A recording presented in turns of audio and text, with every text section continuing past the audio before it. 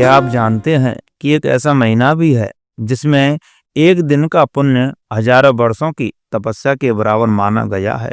जहां नदियों का जल अमृत बन जाता है और भगवान स्वयं धरती पर आकर के भक्तों को वरदान देते हैं। ये कोई कल्पना नहीं है, ये है बैसाख मास, धर्म, पुण्य और मोक्ष का अद्भुत संगम।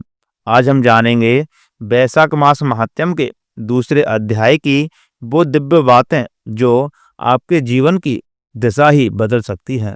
एक ऐसा महा जो खुद भगवान विष्णु को भी प्रिय है। एक ऐसा समय जब किया गया छोटा सा पुण्य भी कई जन्मों के पापों को हर लेता है। हाँ, हम बात कर रहे हैं बैसाख मास की। इस दिव्य महीने के दूसरे अध्याय में छुपे हैं वो रहस्य जिससे जीवन को मोक्ष की ओर ले जाया जा सकता है। आज मैं आपको बताऊंगा क्या है बैसाख मास की दूसरी कथा, क्या है इसका माध्यम और कैसे आप भी इस महीने को अपने जीवन का सबसे पुण्यकारी समय बना सकते हैं। तो चलिए प्रारंभ करते हैं इस आध्यात्मिक यात्रा को बैसाख मास महात्म्य के दूसरे अध्याय के साथ। तो आइए प्रिय भक्तजनों, मैं आचार्य पंडित अजय शर्मा आपके साथ और आपके लिए बैसाख मास महात्म्य की दूसरे अध्याय की कथा लेकर के आया हूं। तो आइए कथा प्रारंभ करते हैं। तो बोलिए विष्णु भगवान की जय, बैसाख मास महात्म्य की जय।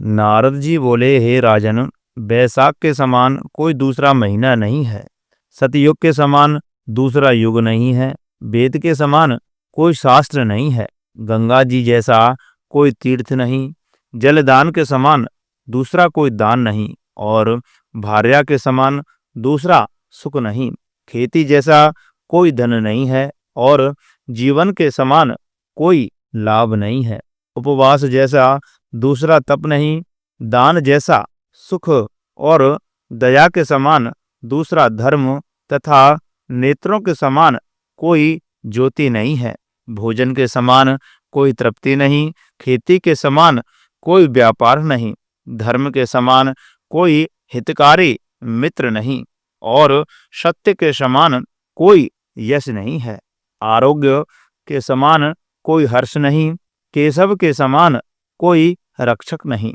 माधव के तुल्य संसार में कोई पवित्र नहीं है। ऐसा परमोत्तम बैसाख मास शेष साई भगवान को सदा प्यारा है। भगवान के प्यारे इस महीने को जो लोग बिना व्रत किए व्यतीत किया करते हैं, वे धर्महीन होकर के शीघ्र ही पशु योनि को पाते हैं। उनका कुआं, बावड़ी बनाना, बगीचा लगवाना आदि सभी धर्म व्यर्थ हो जाते हैं। उन्हें कुछ फल भी प्राप्त नहीं होता है। जो बैसाख के महीने में नियम पूर्वक भोजन आदि करते हैं, वे विष्णु भगवान की सायुज्य मुक्ति को प्राप्त कर लेते हैं। इसमें किसी प्रकार का संदेह नहीं है। संसार में अनेक प्रकार के दान और व्रत हैं, परंतु उनके करने से शरीर को अत्यंत परिश्रम होता है। इसमें संसार में बार बार जन्म लेना पड़ता है, परंतु बैसाख मास में केवल स्नान कर लेने से ही प्राणी आवागमन से छूट जाता है। सब दान करने से जो पुण्य फल प्राप्त होता है, संपूर्ण तीर्थों में स्नान करने से जो पुण्य मिलता है, संपूर्ण तीर्थों में स्नान करने से जो फल मिलता है, वह सब बैसाख में केवल जलदान करने से ही सहज ही प्राप्त हो जाता है। जिसमें जलदान करने की सामर्थ्य ना हो, वे ऐश्वर्य की इच्छा करने वाले दूसरों से कहकर के जलदान करावे। यह कर्म भी सब दानों से अधिक माना गया है। तराजू के पलड़े पर सब प्रकार के दान और दूसरे पर जलदान रख करके तौले तो जलदान ही भारी निकलेगा। जो यात्रियों के लिए प्याऊ लगा करके जलदान करता है, वह अपने करोड़ों कुलों का उद्धार करके विष्णु लोक को प्राप्त हो जाता है। हे राजन, प्याऊ लगाने से देवता, पितर और ऋषि सब निसंदेह अत्यंत प्रसन्न होते हैं। जो प्याऊ लगा करके थके हुए यात्रियों को संतुष्ट करता है, उनकी तृप्ति करता है, उससे ब्रह्मा विष्णु और शिव सब देवता प्रसन्न रहते हैं। जो जल की इच्छा हो तो जलदान करे, छाया की इच्छा हो तो छत्री दान करे। हे राजन, जो बिजन की इच्छा हो तो बैसाख में पंखा दान करे। जितने दान बताए गए हैं उनमें जलदान, छत्रदान और पंखा दान सबसे उत्तम दान माना गया है। इन्हीं का दान बैसाख में अवश्य करना चाहिए। जो बैसाख के महीने में कुटुंबी ब्राह्मण को जल से भरा घड़ा नहीं देता, वह चातक की योनि को प्राप्त होता है। जो प्यासे महात्मा को शीतल जल पिलाता है, उसे हे राजेंद्र 100 राजसूय यज्ञ करने के बराबर पुण्य फल की प्राप्ति होती है। जो धूप, परिश्रम और पसीने से व्याकुल ब्राह्मण को पंखा से हवा करता है, वह सब पापों से रहित होकर के गरुड़ के समान हो जाता है एवं भगवान विष्णु के दिव्य लोक को प्राप्त हो जाता है। जो मनुष्य बैसाख में ब्राह्मण को पंखा नहीं देता, वह अनेक प्रकार के बात रोगों से पीड़ित होकर के नरक भोगता है। जो थके हुए ब्राह्मण की वस्त्र से हवा करता है, वह सब पापों से छूट करके विष्णु भगवान की सायुज्य मुक्ति को प्राप्त कर लेता है। जो शुद्ध मन से लकड़ी का पंखा दान करते हैं, वे सब पापों से छूट करके विष्णु लोक को प्राप्त हो जाते हैं।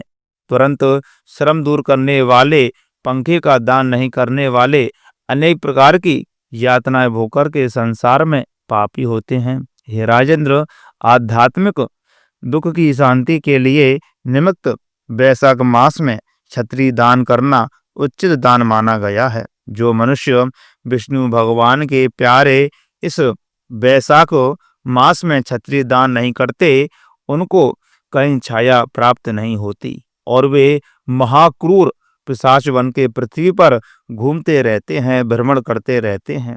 बैसाख में जो खड़ाओं का दान करते हैं, वे यमदूतों का तिरस्कार करके विष्णु लोक को प्राप्त हो जाते हैं। जो बैसाख मास में जूता का दान करते हैं, चप्पल का दान करते हैं, उन्हें नरक की यातनाएं नहीं भोगनी पड़ती हैं, ना उसे संसार के दुख ही सताते हैं। ब्राह्मण के याचना करने पर खड़ाऊ दान करने वाला पृथ्वी पर करोड़ों जन्मों तक राजा होता है। जो मार्ग में श्रम को दूर करने के लिए स्थान बनवाता है, उनका फल वर्णन करने में ब्रह्मा जी भी असमर्थ हैं। दोपहर को जो कोई अतिथि या ब्राह्मण मिले, उसको भोजन कराने का फल ब्रह्मा जी भी वर्णन नहीं कर सकते हैं। हे राजन, अन्नदान मनुष्य को तत्काल तृप्ति कराने वाला होता है। संसार में अन्नदान के समान कोई दान नहीं होता है। जो मनुष्य मार्ग से थके हुए ब्राह्मण को आसरा देता है, उसके पुण्य करने की ब्रह्मा में भी सामर्थ्य नहीं है। भूखे मनुष्य को स्त्री, पुत्र, घर, वस्त्र, अलंकार, आभूषण कुछ भी अच्छे नहीं लगते हैं। पेट भरने पर ही सब अच्छे लगते हैं। इसलिए अन्नदान के समान ना कुछ हुआ और ना आगे होगा। जो बैसाख के महीने में थके हुए ब्राह्मण को अन्नदान नहीं देता, वह पिशाच बनकर के पृथ्वी पर अपना ही मांस खाता हुआ फिरता रहता है। इसलिए ब्राह्मण को यथाशक्ति के अनुसार दान देना चाहिए, दक्षिणा देनी चाहिए। हे राजन, अन्नदाता माता पिता को भी भुला देती है। वह दाने ही को अपना सर्वस्व समझने लगता है।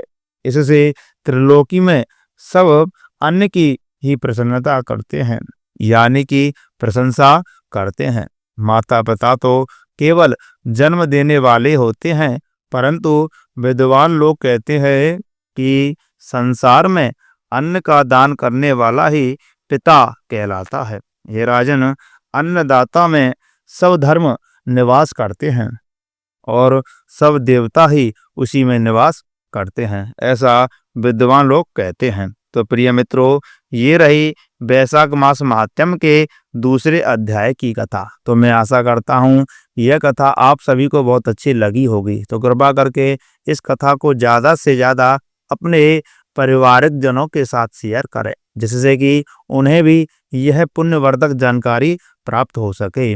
जो भी भक्त इस महात्म्य की कथा को सच्ची श्रद्धा, नियम और निष्ठा के साथ धारण करते हैं, तो उन्हें भगवान विष्णु के दुर्लभ वैकुंठ लोक की प्राप्ति होती है और उनके घर में हमेशा सुख समृद्धि बनी रहती है। भगवान विष्णु का पूर्ण आशीर्वाद बना रहता है। तो प्रिय मित्रों, मैं आशा करता हूँ इस कथा को ज़्यादा से ज़्यादा लाइक करें, कमेंट बॉक्स में लक्ष्मी नारायण भगवान की जय अवश्य लिखें। और आप हमारे चैनल पर पहली बार आए हैं या वीडियो पहली बार देख रहे हैं, तो कृपा करके चैनल को सब्सक्राइब करना बिल्कुल भी ना भूलें। कमेंट बॉक्स में लक्ष्मी नारायण भगवान की जय अवश्य लिखें।